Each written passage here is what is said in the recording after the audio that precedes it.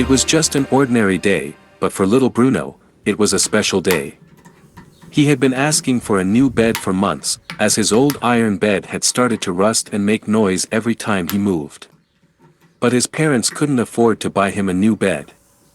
One day, while Bruno was playing in the park with his friends, he saw something that caught his attention. An old, run-down bed was leaning in a corner, ready to be thrown away.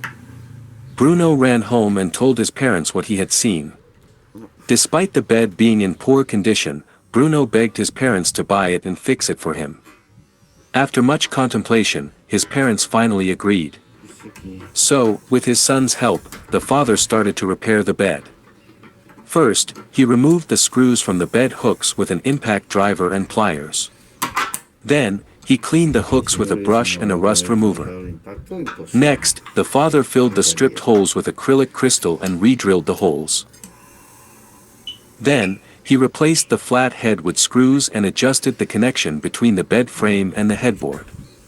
But the bed repair didn't end there. There was also a section of wood damaged by wood-boring insects, which had left holes in the bed frame. The father cut the damaged wood with a special tool and then adjusted the area with a chisel. Then, he filled the holes with epoxy resin to improve the wood stiffness. The resin penetrated the holes and helped to stabilize the wood stiffness. Finally, the father sprayed the bed with paint and left it to dry for a couple of days.